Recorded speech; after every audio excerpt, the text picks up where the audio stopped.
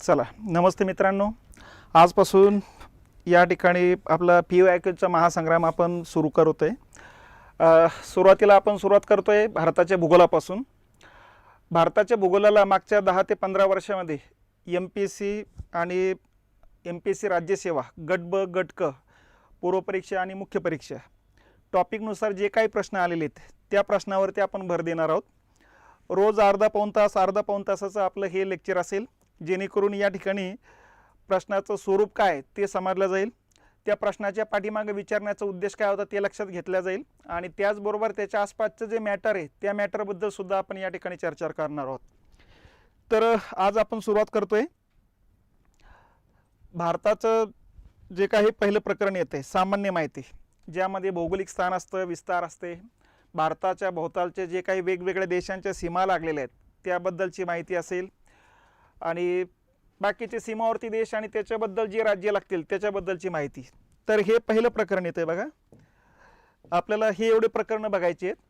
प्रत्येक प्रकरणावरती मागच्या 10-15 वर्षामध्ये जे काही प्रश्न आलेले आहेत त्या प्रश्नाची माहिती या ठिकाणी घ्यायची. तर आजच्या लेक्चरमध्ये आपण या पहिल्या प्रकरणावरती जे काही आयोगाचे प्रश्न आलेले आहेत त्या प्रश्नाची माहिती घेणार आहोत.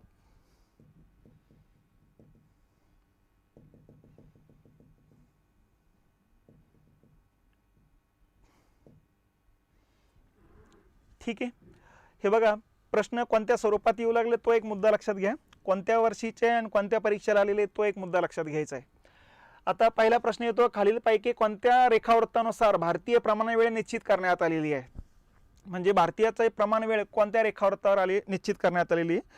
आता हे प्रमाण वेळ अगोदर हा एक मुद्दा लक्षात घेतला पाहिजे आपण, की आपलं जे काही भारताचं जे भौगोलिक स्थान येते ते भौगोलिक स्थान अगोदर लक्षात घेतलं पाहिजेत.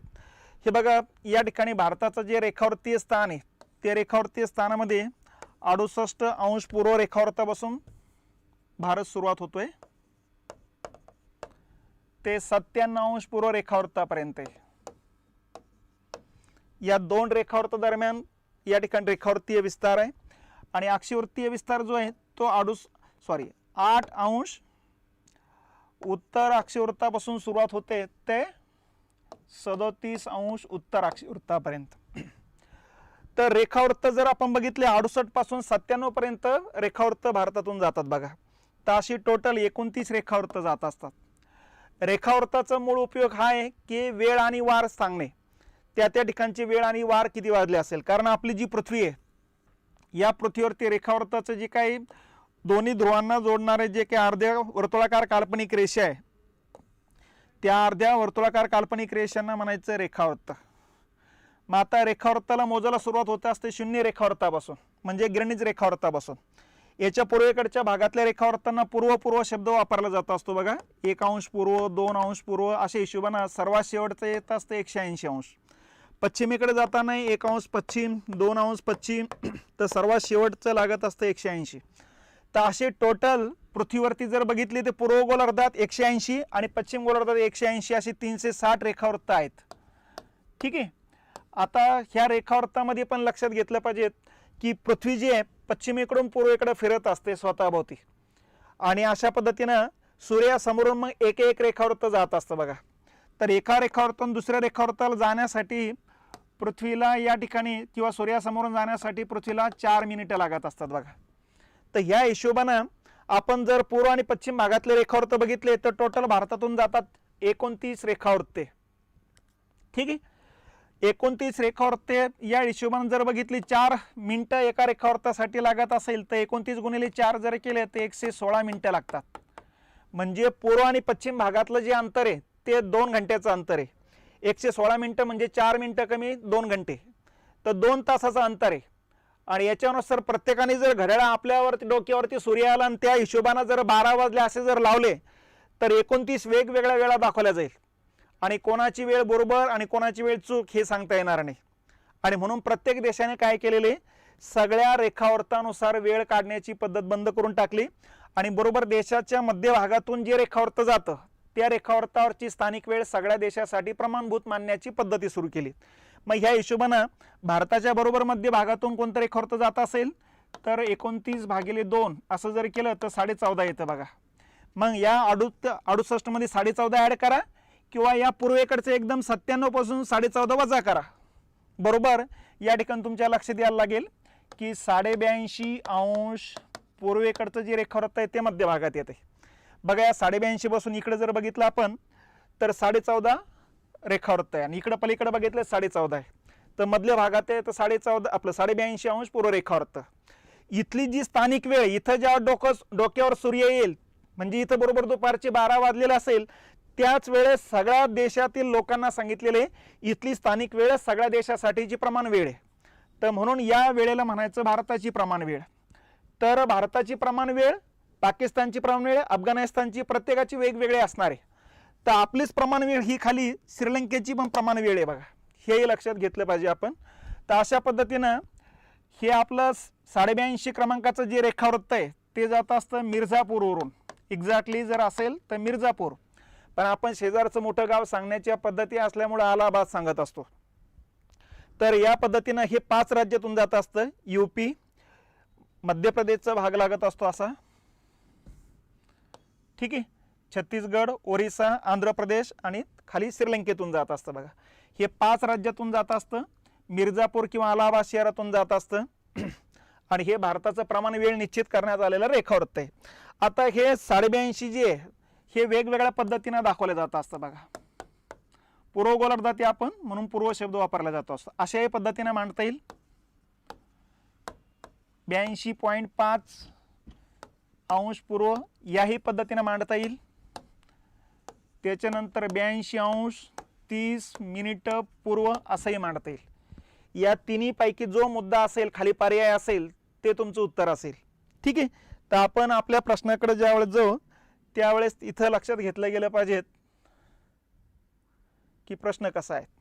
हे बघा, भारतीय प्रमाण वेळ कोणत्या रेखावृत्तावर आहे तर पश्चिम गोलार्धात आपण नाही, म्हणून इथं पहिले पर्याय असे पश्चिम गोलार्धातले जे आहे ते कट करून टाकायचे. 2 पर्याय राहिले. आता मग हा पर्याय बरोबर आहे की हा पर्याय बरोबर आहे, आता या दोन्हीकडे लक्ष घालण्याची गरज आहे. आता हा 80 अंश आहे, हा 82 अंश आहे, तर आपलं 82 अंश आहे, म्हणजे हा पण पर्याय कटू लागला. उत्तर काढण्याच्या 2-3 गोष्टी लक्षात ठेवत चला. फक्त जे माहिती आहे डायरेक्ट त्याच्यापर्यंत पण जाता येतं, पहिली मेथड. दुसरी मेथड आहे की जर माहितीच नसेल तर कोणता पर्याय असू शकत नाही या हिशोबाने विचार करण्याची पण पद्धती डेव्हलप करत चला. कारण मेंदूमध्ये ह्या स्पीडनं जर विचार करत गेले तर ॲक्युरेसी येणाऱ्या प्रश्नांची संख्या वाढत जात असते. सगळ्या प्रश्नाचं उत्तर काही आपल्या डोक्यात राहणारच असं नाही, काही काही प्रश्नाचे उत्तर कट करण्यातून सुद्धा बरोबर येऊन जात असतं. नंबर 2. नंबर 3 आहे प्रश्न का विचारला गेला हा आहे त्यापाठी मागे एकदा समजून आलं तरी लक्षात येऊन जातं उत्तर काय असलं पाहिजेत म्हणून. म्हणून या ठिकाणी अभ्यास करणं एक भाग आहे पण उत्तर काढणं हा दुसरी बाजू असते बघा. म्हणून आपल्याला परीक्षा द्यायची आणि परीक्षेमध्ये जास्तीत जास्त उत्तर ज्याचे येतील तो परीक्षा पास होऊन जात असतो. तर ह्या हिशोबाने आपल्याला विचार करावा लागेल. तर हे पहिल्या प्रश्नाचं उत्तर या ठिकाणी लक्षात घेतलं पाहिजे. तर प्रमाण वेळ काय ते मग 82 अंश 30 मिनिटं पूर्व. ठीक आहे. दुसरा प्रश्न जोड्या लावा म्हणून दाखवलेले आहे बघा. विभाजित प्रदेश म्हणतो आपण त्याला. ठीक आहे. एका बाजूला या ठिकाणी हे खाडी दाखवलेले आहेत 10 डिग्री. हे डिग्री असं शब्दाने लिहिले तर असे पण लिहिल्या जात असतं. अंश म्हणजे डिग्री. ठीक आहे. 8 डिग्री म्हणजे 8 अंश, 9 डिग्री म्हणजे 9 अंश. आणि हे डुंकन बोळ म्हणजे सामुद्रधुनी बोळ. आपला क्लिअर कट आता ते काय म्हणतो आपण ते गुगल ट्रान्सलेटनं आलेला शब्द आहे तो. याला सामुद्रधुनी म्हणायचं आपल्या मराठी भाषेमध्ये. आणि सामुद्रधुनी म्हणजे नेमके काय तर 2 मोठ्या जलाशयांना जोडणारा पाण्याचा चिंचोळा पट्टा, तर त्याला म्हणायचं सामुद्रधुनी. तर ह्या हिशोबाने हे शब्द असेही तुम्ही घेऊ शकता. यांनी कोणता प्रदेश वेगळा होतो म्हणजे थोडक्यात काय यांच्या दरम्यान कोणत्या कोणत्या डिग्री येतात बघा. परत नकाशा या ठिकाणी लक्षात घेतला पाहिजे आपण. नकाशावरून मग बाकीच्या गोष्टी समजून घ्यायला सोपं जाईल बघा. ठीक आहे. हा भारताचा नकाशा आहे. ते याच्यापेक्षा आपण आपल्याच ठिकाणी जाऊन तिथं जर बघितलंय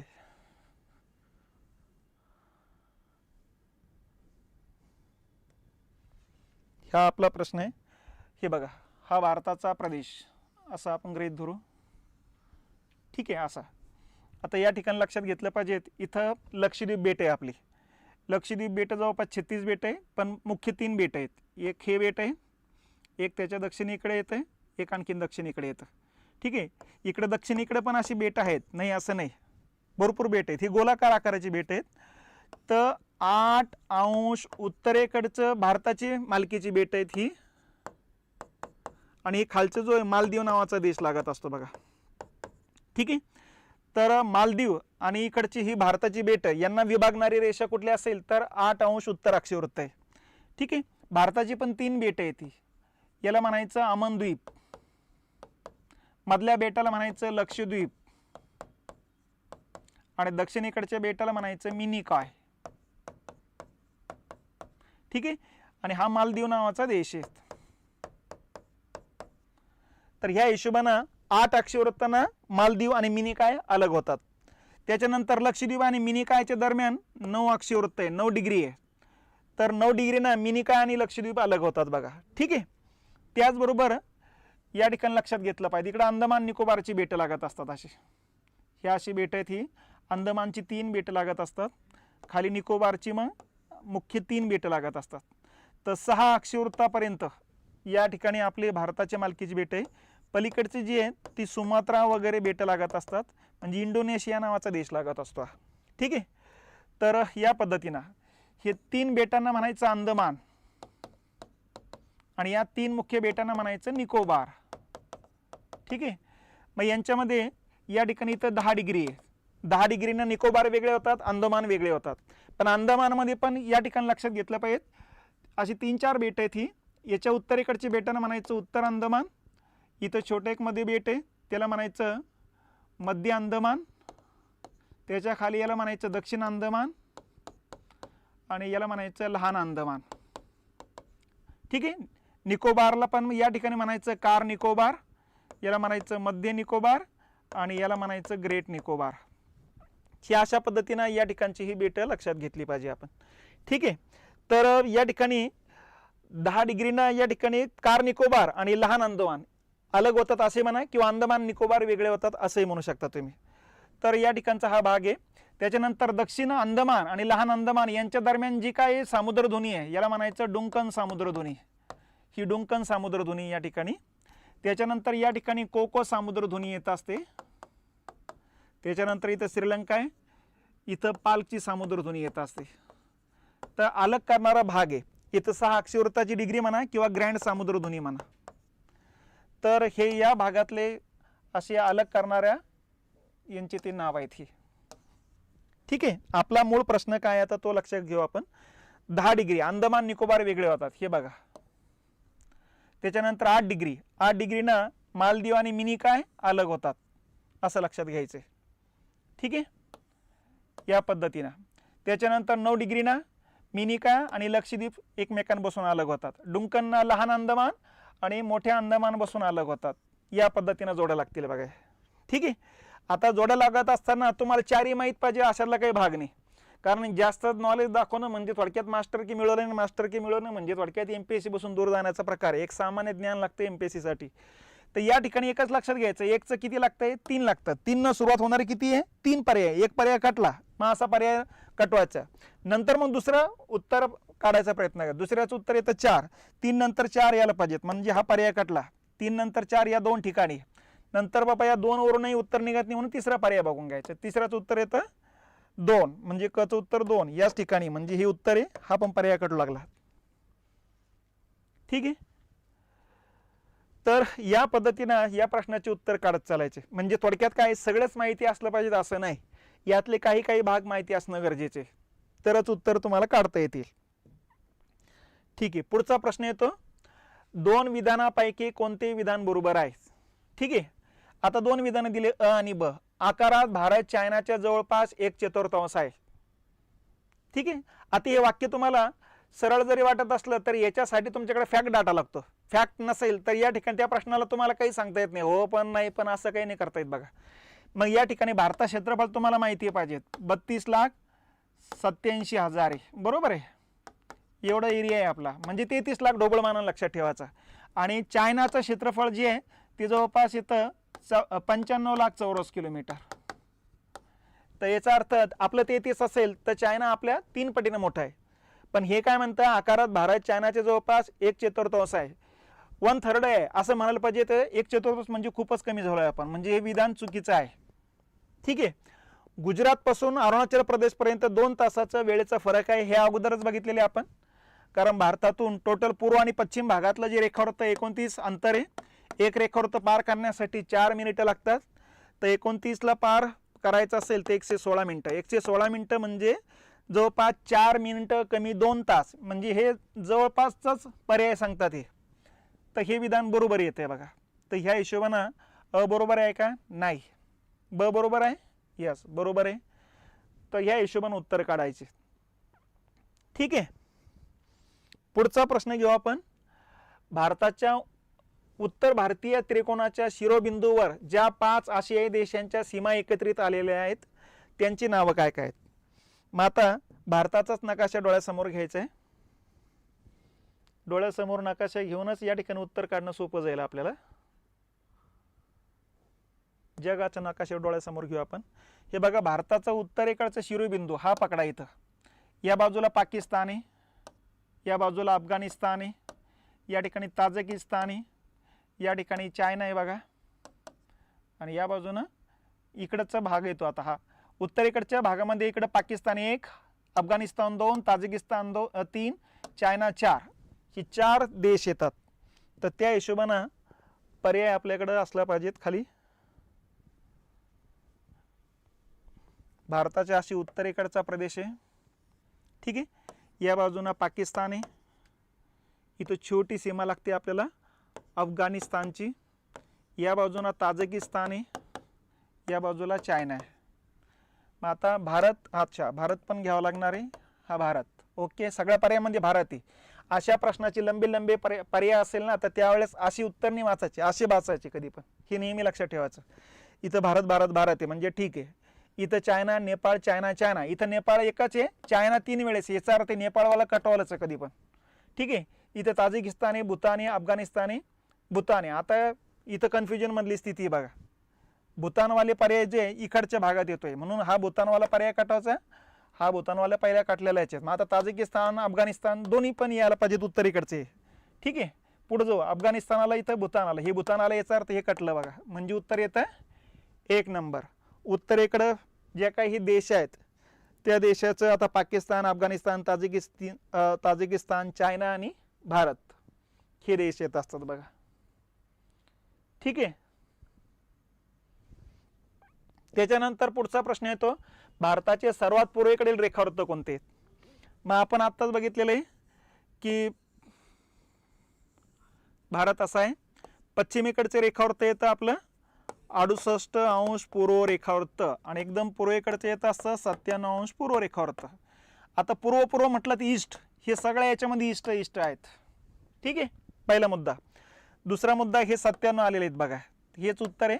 पण तरी पण बघत चालायचं. 68 एकदम पश्चिमेकडे आहे, या भागात आहे, त्यामुळे हे येणार नाही. ठीक आहे.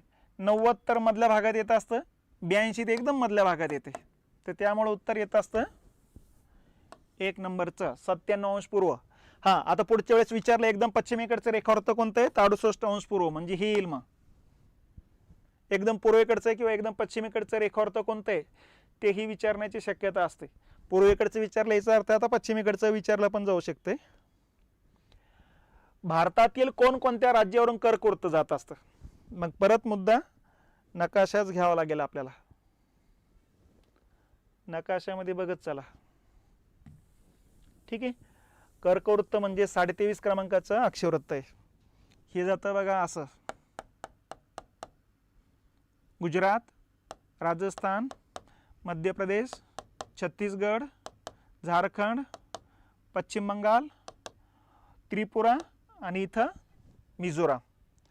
पश्चिमेकडून पूर्वेकडे जाताना या ठिकाणी लागतं गुजरात, या ठिकाणी लागतं राजस्थान, या ठिकाणी लागतं मध्य प्रदेश, या ठिकाणी लागतं छत्तीसगड, या ठिकाणी लागतं झारखंड, या ठिकाणी वेस्ट बेंगॉल, या ठिकाणी त्रिपुरा आहे आणि या ठिकाणी मिझोराम आहे. तर हे 23.5 क्रमांकाचे रेखावृत्तामुळे भारताचे 2 समान भाग पडतात, दक्षिण भारत आणि उत्तर भारत. पश्चिमेकडून पूर्वेकडे किंवा पूर्वेकडून पश्चिमेकडे जाताना क्रमाने विचारण्याची शक्यता असते बघा.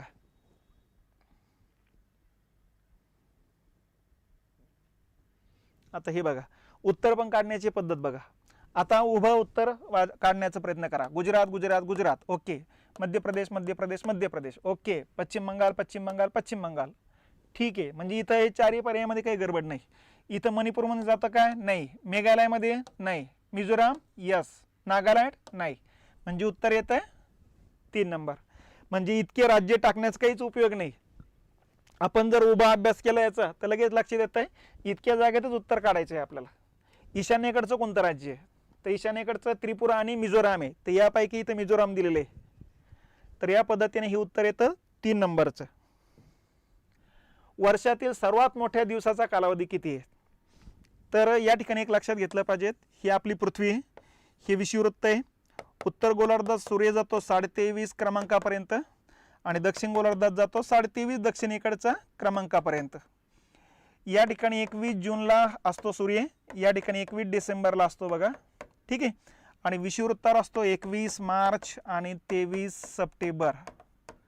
ज्या ठिकाणी सूर्य असतो ना, म्हणजे 21 जूनला बरोबर इथं उत्तरेकडच्या 23.5 क्रमांकावर असतो, त्या ठिकाणी दिवसाचा कालावधी असतो 13 तास 13 मिनिटाचा आणि उरलेला कालावधी रात्रीचा असतो.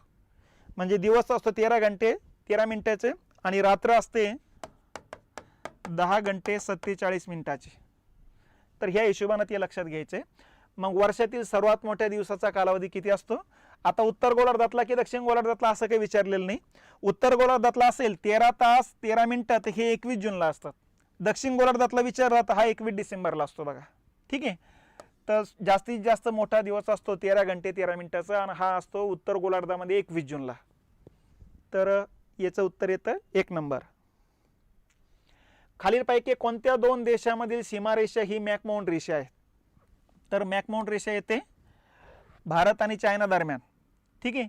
ही लांबी येते 4888 किलोमीटर आणि ही रेषा तयार झाली 1905 ते 1914च्या कालखंडामध्ये. लॉर्ड कर्झनना एक कमिटी स्थापन केली होती ज्याचे अध्यक्ष मॅकमोहन होते आणि म्हणून या सीमेलाच नाव पडतं मॅकमोहन रेषा. या मॅकमोहन कमिटीनं 5 पासून 14 पर्यंत जवळपास 9 वर्षे या ठिकाणी ती सीमा ठरवण्याचं काम केलेले. त्या रेषेलाच नाव पडतं मॅकमोहन रेषा. आता भारत बांगलादेश दरम्यानची जी रेषा आहे तिचं नाव ड्युरँट रेषा आहे. ही 1947ला तयार झालेली आहे. ठीक आहे. भारत पाकिस्तान दरम्यान सुद्धा ड्युरँट रेषा आहे. भारत नेपाळ दरम्यान हिमालयाची नैसर्गिक सीमा आहे. त्या ठिकाणी काही कमिटी स्थापन केली गेलेली नाही. झालंय. तर आपल्या या प्रश्नाचं उत्तर येतंय 1 नंबर.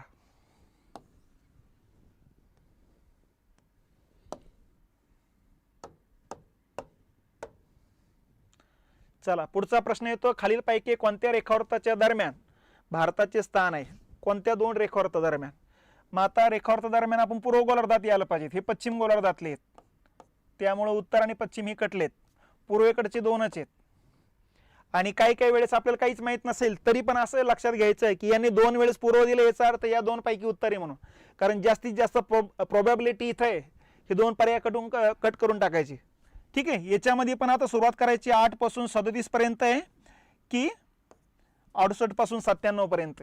मग आपल्याला लवकर जनरल लक्षात आलं पाहिजे की भारताची प्रमाण वेळ 82.5 अंश पूर्व रेखावृत्त आहे आणि याच्या आसपासच्या येणार आहे, याच्या आसपासचा भाग हा आहे. ठीक आहे. कुठला तरी क्लू असला पाहिजे आपल्याकडं, म्हणजे लगेच लक्षात येत आहे ही बाकीची बसत नाही म्हणून. म्हणून याचं उत्तर येतंय 4 नंबर. भारताच्या भूसीमा टिंबटिंब देशांना भिडतात. किती देशांना भिडतात? 7 देशांना भिडतात बघा. मग हे 7 देश या ठिकाणी नकाशाच बघूत चला, कारण मग कायमस्वरूपी लक्षात राहण्याची शक्यता सर्वात जास्त आहे.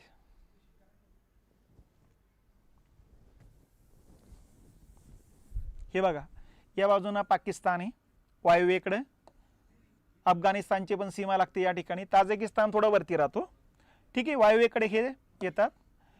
उत्तरेकडे येतो चायना, इथं चायनाची सीमा आहे, इथं नेपाळची सीमा आहे, इथं भूतानची आहे, इकडं म्यानमार आहे आणि इथं बांगलादेश आहे. म्हणजे असे देश जर बघितलं तर 1 हा 2 हा 3 हा 4 हा 5 हा 6 आणि हा 7. भूसीमा विचारली तर 7 देशांना लागते आणि जलसीमा जर विचारली, ठीक आहे, तर जलसीमा या ठिकाणी 6 देशांना लागते बघा. आता जलसीमा लागते म्हणजे कशी लागते? एक आंतरराष्ट्रीय सागरशास्त्र नावाची संस्था आहे, ही त्या देशाला एकूण जलसीमा किती लागते त्या हिशोबाने त्याचा सागरावरती वर्चस्व किती असणार आहे ते ठरवण्याचं काम करत असते बघा. सागरा आपल्या किनारपट्टीपासून आपली जलसीमा किती किलोमीटर पर्यंत आहे, तर या हिशोबानं आपली जी काही जलसीमा आहे ती 12 नॉटिकल मैल पर्यंत आहे. आलं लक्षात. 1 नॉटिकल मैल म्हणजे 1.85 किलोमीटर. 12 नॉटिकल म्हणजे जवळपास 22 किलोमीटर पर्यंत आहे. किनारपट्टीपासून 22 किलोमीटर पर्यंत आपला समुद्र आहे. इथं काही गुन्हा वगैरे घडला तर आपल्या कायद्यानुसार आपण त्याच्यावर कारवाई करू शकतो. आणि पलीकडची जी समुद्र आहे हा आंतरराष्ट्रीय समुद्र आहे. इकडे कोणी मासेमारी करू शकतं, कोणी कोणाचे जहाज येऊ शकतात, कोणाचे जहाज जाऊ शकतात. पण या भागात यायचं असेल तर आपली परवानगी घेऊनच यावं लागेल. इकडे आपले कायदे कानून लागणार आहे. तर अशा पद्धतीनं दुसरा देश याची सीमा पण इकडून इथपर्यंत असेल, आपली सीमा इथपर्यंत असेल, तर जलसीमा आपण एकमेकांना लागलेली आहे बघा. तर ह्या हिशोबानं पाकिस्तान आणि आपली जलसीमा लागते. म्हणजे आपली जलसीमा कोणत्या कोणत्या देशाला लागते? पाकिस्तान 1, इथं मालदीव 2, श्रीलंका 3, बांगलादेश 4, म्यानमार 5 आणि इंडोनेशिया 6. भारताच्या जलसीमा किती देशांना लागतात असं विचारलं तर जलसीमा विचारलं तर 6 सांगायच्या. ठीक आहे. आणि भूसीमा जर विचारल्या तर 7 सांगायच्या. ठीक आहे. 7 कोणते कोणते ते तुम्हाला सांगितलेलेच आता.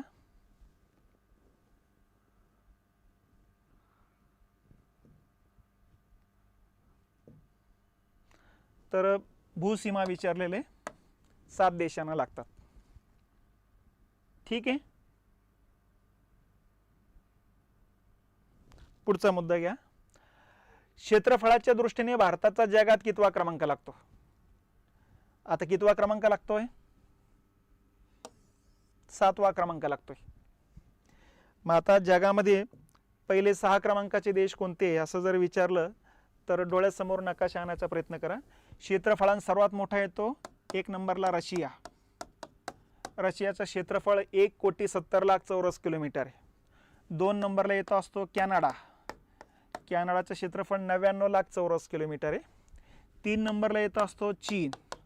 चीनचं क्षेत्रफळ आत्ताच बोललेलं 95,00,000 चौरस किलोमीटर आहे. 4 नंबरला अमेरिका आहे, USA म्हणतो आपण, 94,00,000 चौरस किलोमीटर आहे. 5 नंबरला आहे हा ब्राझील. ठीक आहे. ब्राझीलचं क्षेत्रफळ 85 लाख आहे. आणि 6व्या नंबरला येतो असतो ऑस्ट्रेलिया. ऑस्ट्रेलियाचं क्षेत्रफळ आहे 77,00,000 चौरस किलोमीटर. आणि 7व्या नंबरवर मग आपला भारत आहे 32,87,263 चौरस किलोमीटर, जे जगाच्या एकूण क्षेत्रफळाच्या फक्त 2.42%. ठीक आहे. आणि यानुसार आपण 7व्या क्रमांकावर आहे. ठीक आहे. पुढचा मुद्दा आहे खालील विधानाची सत्यता तपासा आणि योग्य पर्याय निवडा. अ आणि ब 2 वाक्य दिलेली आहेत बघा. भारताचा काही भूभाग उत्तर गोलार्धात असून काही भूभाग दक्षिण गोलार्धात आहे. म्हणजे त्यांना म्हणायचं आहे की आपण अर्धा उत्तर भागात आहे आणि अर्धा दक्षिण आहे असं नाही. आपण या ठिकाणी जर बघितलं तर कर्कवृत्तावर आहे आपण, उत्तर गोलार्धाताचे आपण, दक्षिण भागामध्ये दक्षिण गोलार्धात आपला अजिबात काही कुठलाच भाग जात नाही. त्यामुळे हे विधान चुकीचं आहे. नंबर 2 आहे भारताचा दक्षिण उत्तर विस्तार 7,500 किलोमीटरपेक्षा जास्त आहे असं पण नाही आहे. भारताचा आपण जर बघितलं दक्षिण उत्तर विस्तार येतो 3,214 किलोमीटर आणि पूर्व पश्चिम विस्तार येतो 2,933 किलोमीटर एवढा आहे. तर त्यामुळे हे वाक्य पण चुकीचं आहे. तर आता या ठिकाणी आपण जर बघितलं तर दुसऱ्या क्रमांकाचं उत्तर येतं बघा. दोन्ही पण विधानं चूक आहे. तर याच्यासाठी फॅक्ट डाटा लागतो आपल्याकडं. फॅक्ट डाटा असेल तर उत्तर काढणं सोपं जातं. एक जनरल आयडिया पाहिजेत. हे दक्षिण उत्तर 3,000 आणि हे पण 3,000. हे बघा जवळपास 3-3 हजाराचे. पुढच्या आकडे लगे लक्षात ठेवण्याच्या भानगडीमध्ये 2-3 वर्ष निघून जातील. त्यापेक्षा रँडमली कधी कधी तयारी करून ठेवायची आपण. पुढचा प्रश्न आहे भारतीय जनगणना अहवाल 2011 नुसार एकूण जागतिक लोकसंख्येचे किती टक्के भारतीय लोकसंख्या आहे? आता 2011 नुसार आपली लोकसंख्या किती येते? 121,08,55,000 एवढी लोकसंख्या येते आपली. आता ही लोकसंख्या जगाच्या 17.5% आणि यानुसार आपल्या जगात कितवा क्रमांक लागतो? दुसरा. 2011च्या जनगणनेनुसार. सध्या 2024ला आपण 1 नंबरला आलो, चायना 2 नंबरला गेलेला आहे. पण 2011च्या जनगणनेनुसार म्हणतंय त्यानुसार मग चायना 1 नंबरला आहे, भारत 2 नंबरला आहे आणि जगाच्या किती टक्के लोकसंख्या ही 17.5%. तर या हिशोबाने ही उत्तर येते याचे. खालीलपैकी कोणत्या राज्याच्या सीमा या 2 देशांना लागून आहे? आता परत आपल्याला सीमाचा भाग काढावा लागेल.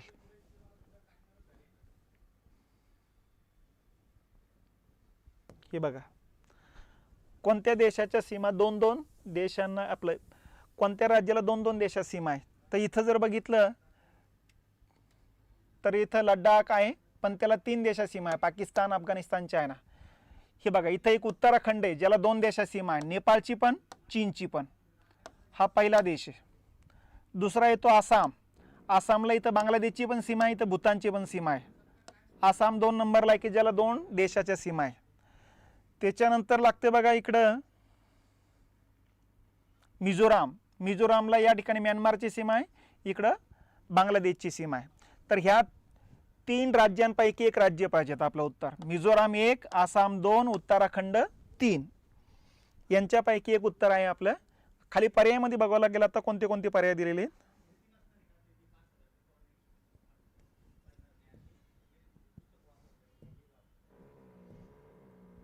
खालीपैकी कोणत्या राज्य सीमा या 2 देशांना लागून आहे? याची लागती का? नाही, एका देशाला आहे. मणिपूरला एका देशाची आहे, म्यानमारची. मिझोरामला आहे 2 देशाची, नागालँडला एकाचे, म्यानमारचे. याला म्यानमारची पण सीमा लागते आणि बांगलादेशची पण लागते.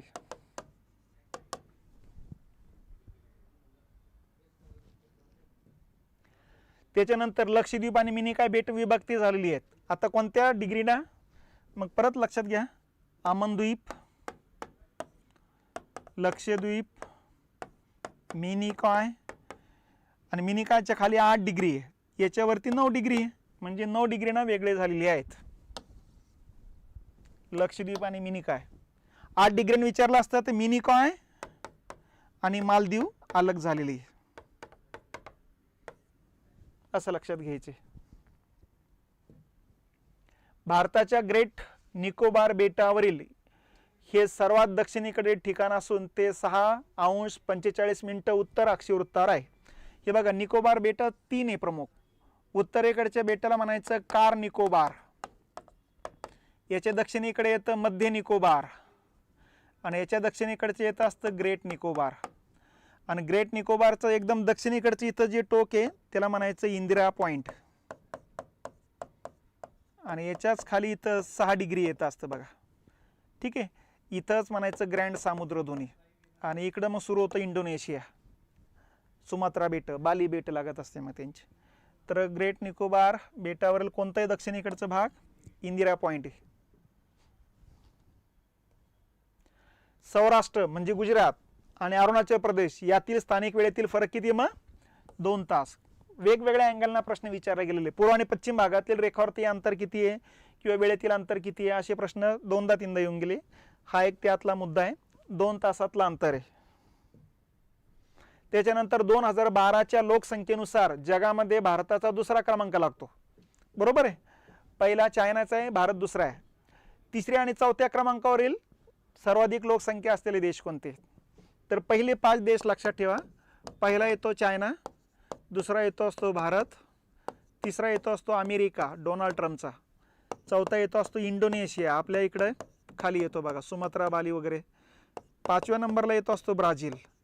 हे असे पहिले 5 देश आहेत. यातले पहिले न विचारता त्याने 3ऱ्या आणि 4थ्या क्रमांकाचे विचारलेले आहेत. तर अमेरिका आणि इंडोनेशिया किंवा USA आणि इंडोनेशिया म्हणा, हे याचं उत्तर येतं. तर पहिले 4-5 क्रमांकाचं थोडं लक्षात घेत जाणं गरजेचं आहे. भारताची दक्षिण उत्तर लांबी किती आहे? मग 3214 किलोमीटर आहे. पूर्व पश्चिम विचारलं असते 2933 किलोमीटर. हे बघा, ही पूर्व पश्चिम लांबी आहे, ही दक्षिण उत्तर लांबी आहे. बाकीचे कन्फ्युजन करण्यासाठीचे 2 पर्याय टाकून दिलेले आहेत त्याने. पण इथं पण लक्षात आलं पाहिजे हा पर्याय असणार नाही, कारण 3-3 हजाराचा पर्याय जो आहे त्याची उत्तर असण्याची शक्यता जास्त आहे. म्हणजे हे सोडून हे जर काळ करत असेल तर एकदम क्लिअर कट चुकीचं काळ करतो, हे लक्षात आलं पाहिजे आपल्या. भारताची खालीलपैकी कोणत्या एका देशाची सर्वात जास्त सीमा लागलेली आहे? तर सर्वात जास्त सीमा लागते आपली बांगलादेशला, 4096 किलोमीटर लांबीची लागते बघा. ठीक आहे. नेपाळला 1751 किलोमीटर लांबीची लागते, पाकिस्तानला 3323 किलोमीटरची लागत असते आणि भूतानला या ठिकाणी 699 किलोमीटरची लागत असते. तर ह्या हिशोबाने सर्वात जास्त लागते बांगलादेशला. भारतातल्या 5 राज्यांची लागते. खालीलपैकी कोणत्या भारताच्या शेजारी राष्ट्राची सीमा भारताशी जुळून सर्वाधिक आलेली, म्हणजे सर्वात जास्त कोणाची लागते, तोच प्रश्न वेगळ्या अँगलने विचारला, बांगलादेश. ठीक आहे. त्याच्यानंतर भारताच्या पश्चिमेस आणि वायव्येस कोणते देश आहेत? मग आता हे काही सांगण्याची गरज नाही. पश्चिम आणि वायव्येस पाकिस्तान आणि अफगाणिस्तान येत असतात. उत्तरेला चायना, नेपाळ, भूतान 3 देश येत असतात आणि भारताच्या पूर्वेला म्यानमार आणि बांगलादेश 2 येत असतात. वायव्येला 2, पूर्वेला 2, 4 आणि उत्तरेला 3, 4 आणि 3 7 देशाच्या सीमा लागतात आपल्याला. मूर बेटावरून कोणत्या 2 देशादरम्यान वाद चालू आहे? तर मूर बेटावरून वाद चालू आहे भारत आणि बांगलादेश. तर या ठिकाणी आपण जर बघितलं, असा हा भारताचा पूर्वेकडचा प्रदेश आहे बघा, ठीक आहे, आणि इकडं बांगलादेश आहे असा. इकडं अशी गंगा नदी येत असते बघा, गंगा नदीची एक शाखा इकडून आहे, इकडून ब्रह्मपुत्रा नदी येत असते. या नद्याच्या अशा शाखा तयार होतात बघा, त्रिभुज प्रदेश तयार होते इथं असा. आणि बराच गाळ या त्रिभुज प्रदेशातून या ठिकाणी पुढच्या भागात जाऊन इथं समुद्रात बेट तयार झालेली आहे गाळापासून. या बेटांनाच म्हणायचं मूर बेट. मग इथं वाटणी झालेली आहे. जवळपास 40% जो काही त्रिभुज प्रदेश येतो भारतात आहे आणि 60% त्रिभुज प्रदेश हा बांगलादेशमध्ये येतो. तर इथं ही बेटांची नाव आहे मूर बेट. या बेटांच्या वाटणीवरून भारत आणि बांगलादेश दरम्यान वाद चालू आहे. अगोदर ही वाटणी बरोबर झाली होती आणि त्याच्यानुसार आपल्याकडं आपली बेट देण्यात आली होती 47ला. पण मग बांगलादेशनं या ठिकाणी पूर्व पाकिस्तान होतं त्यावेळेस त्यांनी मागणी केली की तुमची बेटं तशीच पडलेली आहे, गाळाची बेटं ही सुपीक आहे, आमच्या लोकांना शेती करण्यासाठी द्या म्हणून, तुमचं जे भाडं असेल ते भाडं आम्ही देऊन टाकू.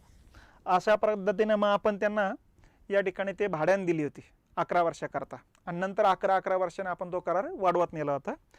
पण आता सध्या बांगलादेश म्हणतो की ती आमचीच बेटं आम्हालाच भाड्याने देऊ लागलीत म्हणून, आणि म्हणून वादाला सुरुवात झालेली आहे बघा. तर ही मूर बेटं येतात बंगालच्या उपसागरात. ही मूर बेटं येतात गंगा आणि ब्रह्मपुत्रा नदीने आणलेल्या गाळापासून बनलेली आहे, ठीक आहे. आणि यावरून भारत आणि बांगलादेशादरम्यान वाद चालू आहेत. तर या पद्धतीनं आजच्या या पहिल्या प्रकरणावरचे प्रश्न आणि त्याचं स्पष्टीकरण आपण बघितलेलं आहे. आता इथून पुढं दररोज 5 वाजता आपण एक टॉपिक घेणार आहोत. सातत्याने आपण आता भारताचाच भूगोल घेत चालू. आज पहिलं प्रकरण घेतलेलं आहे, उद्या दुसरं प्रकरण घेऊ आणि या पद्धतीनं भारताचा भूगोल झाला की मग महाराष्ट्राचा भूगोल घेऊ. आणि ते झालं की मग कंबाईनच्या मुलांसाठी इकॉनॉमीचे काही प्रश्न सरळ सेवाला पण कामं आली पाहिजेत, कंबाईनला पण कामे आली पाहिजेत, त्याच्यावरचे प्रश्न घेत चालू. ठीक आहे, चला भेटू उद्या आपण याच वेळेला. धन्यवाद, नमस्ते.